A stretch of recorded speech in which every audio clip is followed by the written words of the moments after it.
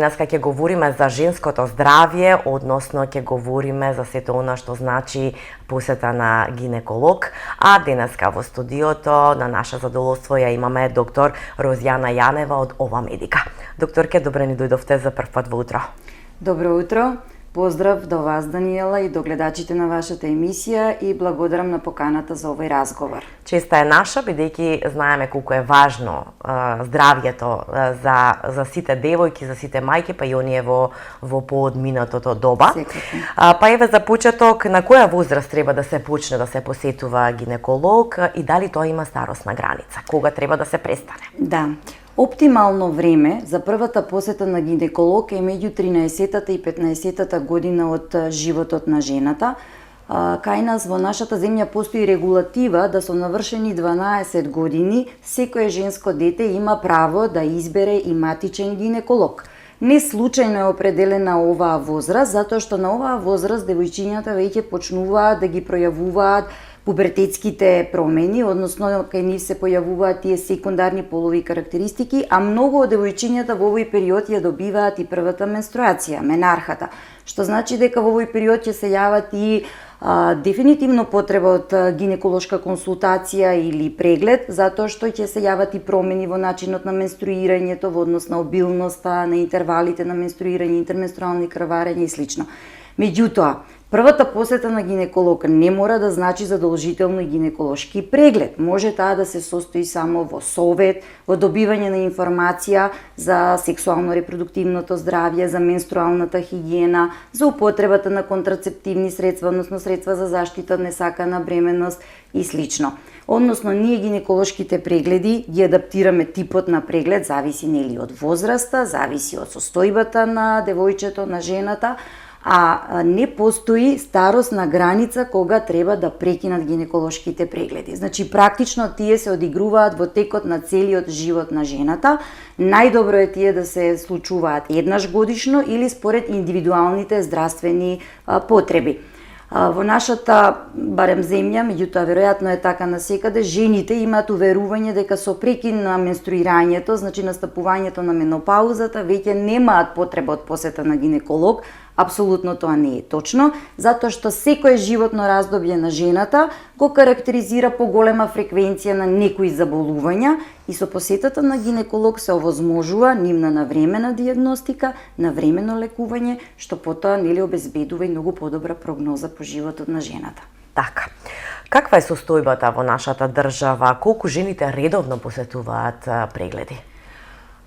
Па, ако земеме во годините наназад, односно од почетокот на мојата гинеколошка кариера, тоа е некаде повеќе од пред една деценија, работите се подобруваат во смисла на свесноста и на здравствената култура на жените. Односно, жените почнаа се повеќе да го приоритизираат своето репродуктивно здравје. Но за жал се уште постојат средини во нашата земја каде заради културолошки убедувања, лични убедувања, жените имаат бариери кога се зборува на темата на гинеколошки прегледи, односно се уште голема бројка на жени се соочуваат со стигма и дискомфорт кога станува збор за одење на гинеколог, односно за гинеколошки преглед. Би сакала да го дадам податокот кој што го добивме во изминатиот месец, бевме на некои разговори во Фондот за здравствено осигурување и добивме информација дека околу 200.000 жени во Македонија немаат избрано матичен гинеколог.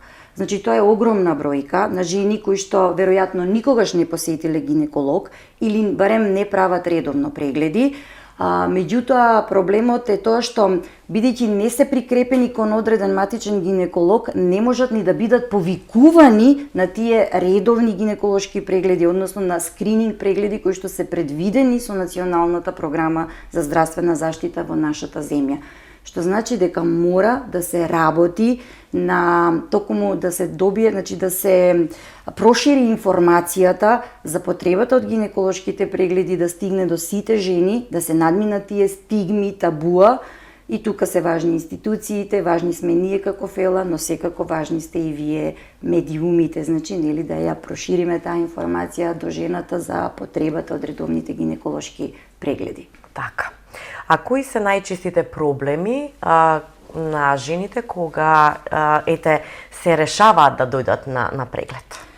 Па причината заради која што жените бараат гинеколошки преглед зависи од возраста на жената.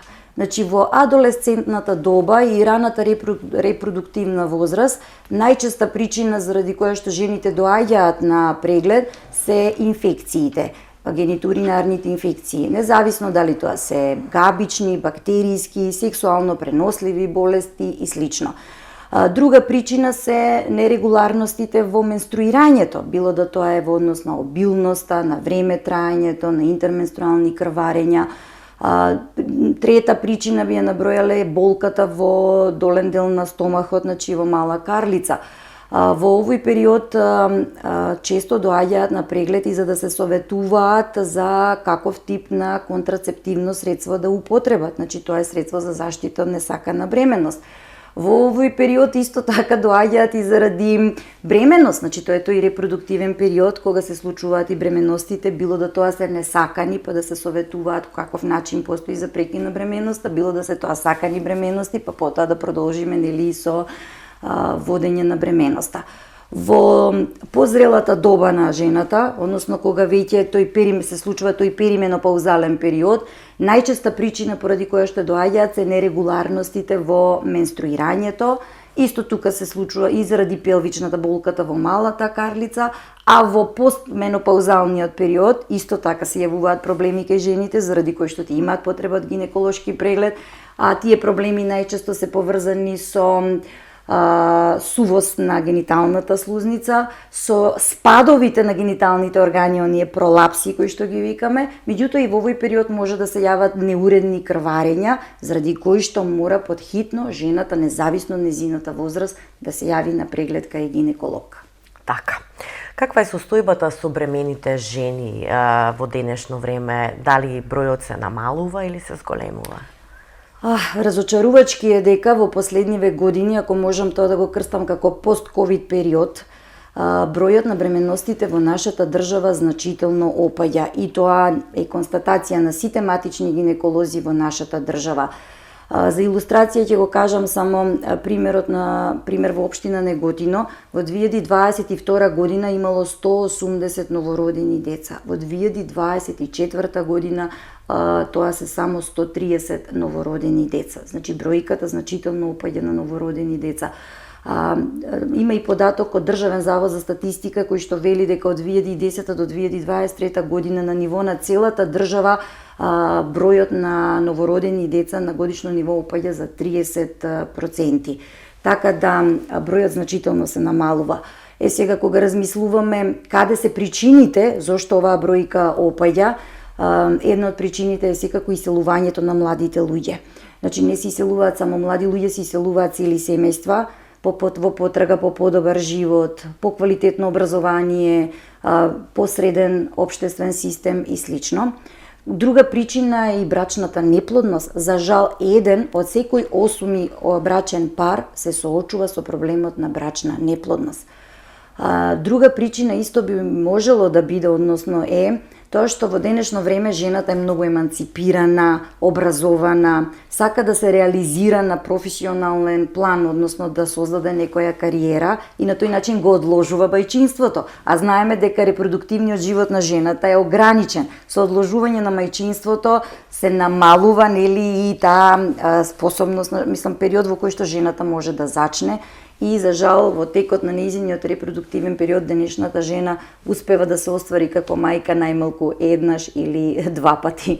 Така да тоа се некои од главните причини можеби заради кои што опаѓа бројот на бременностите, бројот на новородените деца. Секако дека треба да се работи, државата треба да се работи на тоа да се изнајдат кои се причините и да делуваме во насока нели да ги отстраниме, односно да го подобриме наталитетот во нашата земја. Едно дополнително прашање во однос на ова прашање. Според вас, која е идеалната од до, значи рамка за една жена да и биде бремена, да забремени, каде што ќе има квалитетна бременост и без ризик и се останато? видите, значи периодот кога жената треба да забремени е поврзан пак со тој период кога жената е репродуктивно способна, односно додека се уште има доволно јајни клетки, значи фоликули во незините јајници, и тоа е сега индивидуално, значи можеби најдобра граница е од 20-та година натаму, а крајната граница е сепак тука некаде во рамките до 40-та година. Меѓутоа пак кажав, со оглед на тоа дека во денешно време тие граници се поместуваат, значи може да се реализира бременност и над 40-та година, значи некаде може и до 45-та година. Ама ако зборуваме за идеален период, значи сепак е тоа тука некаде од 20-та до 35-та година од животот, по можност жената да се оствари како мајка, односно да ја направи својата репродуктивна улога. Така. Дали бремените жени, кога ќе дојдат кај вас нели на преглед, им давате совети како нели понатаму, ги практикуваат советите, колку се ажурни? Па видете, значи бременноста представува состојба во која што настануваат и физички, метаболни и хормонски промени во телото на жената. И како во тек на бременноста таа треба да го смени својот животен стил. Ние знаеме дека младата популација сега не практикува многу здрав животен стил во односи на исхраната, користат доста брза храна, индустријска преработена храна, консумираат алкохол, пушат цигари, немаат доволно сон, поминуваат доста време пред екраните, многу малку нели надвор, значи из воздух во природа и слично. Друг проблем со кој што се соочуваме е и дебелината, обезитетот, значи доста, веќе зборувам, кога зборувам за женската популација, имаат и голем body mass индекс уште пред почетокот на бременноста, а тој body mass индекс нас многу ни е важен за текот на бременноста, затоа што може да донесе до компликации како по здравјето на бремената жена, така и по здравјето на незиното дете. Најдобро е жената, доколку е планирана бременноста, да направи промени на животниот стил уште пред бременноста. Меѓутоа, доколку не е планирана, значи секако тие промени треба да се случат со настапување, односно со утврдување на бременноста, да пристапи кон здрав животен стил. Морам да ги пофалам бремените жени, тие се особено мотивирани, се стимулирани да ги направат овие промени, меѓутоа и ги слушаат советите на гинеколозите. Меѓутоа многу е важно ние да ги советуваме. Значи ние многу често во нашата секојдневна работа со прегледите и тоа, значи немаме доволно време да посветиме и на пружање на доволно совети за стилот на животот, значи како треба да настапат промени. Меѓутоа, ако посветиме доволно време, значи бремената жена има и како мотивација да ги послуша и да ги спроведе тие совети. Така. Кој е најважниот совет што вие би го дали и препорака како гинеколог на женската популација? Верувам дека и сите ваши колеги им ги препорачуваат исти совети. Па, она што сега веќе го напоменавме во текот на разговорот, значи дека секоја жена за себе си и за своето женско чедо треба да има избрано матичен гинеколог. Доколку жените немаат податок кои матични гинеколози им стојат на располагање во регионот каде што живеат, може да се обратат во локалниот, во регионалниот фонд за здравствено осигурување, каде што ќе добијат листа на ординации кои што постојат на нивното подрачје. Најдобро е врз основа на таа листа да си направат избор на матичен гинеколог и да ја направат првата посета. Од првата посета понатаму ќе добијат инструкции од гинекологот за како да течат понатамошните прегледи. Она што исто така е важно, значи и пациентките да се одважуваат на поканите од матичните гинеколози за тие редовни, за скрининг прегледи кои што се предвидени со ова што ја реков Национална програма за здравство во нашата земја. За жал, јас од моето искуство во текот на работењето, значи поканите кои што им ги праќаме, например за ПАП тест, значи само 10% од жените се одважуваат да се јават на пратената покана. И тоа не е во ред, значи тоа треба да се смени, треба да жените, значи малку повеќе да ја испочитуваат поканата, затоа што тоа се работи, значи се работи за нивното здравје. Навременото откривање на болестите, особено кога зборуваме за малигните болести, затоа што за нив ни е најтешко лекувањето, кога на време ќе се откријат. Значи многу е поголем успехот и од лекувањето, многу е подобра прогнозата и многу е подобар квалитетот на животот на жената. Така. Доктор Розијана, јас многу ви благодарам што одвоивте време и што бевте дел од утро. Сигурна сум дека вашите совети ќе ги имаме и понатаму на нашата програма на КТВ телевизија и ќе даваме соодветни совети и полека, но сигурно ќе ги освестуваме жените за колку е значајно ова здравје за нив. Апсолутно, благодарам, секогаш стојам на располагање за се што треба кога се однесува и на едукацијата и на ширењето на информацијата, за да ја подигнеме таа свесност и здравствена култура кај жените за редовните гинеколошки прегледи.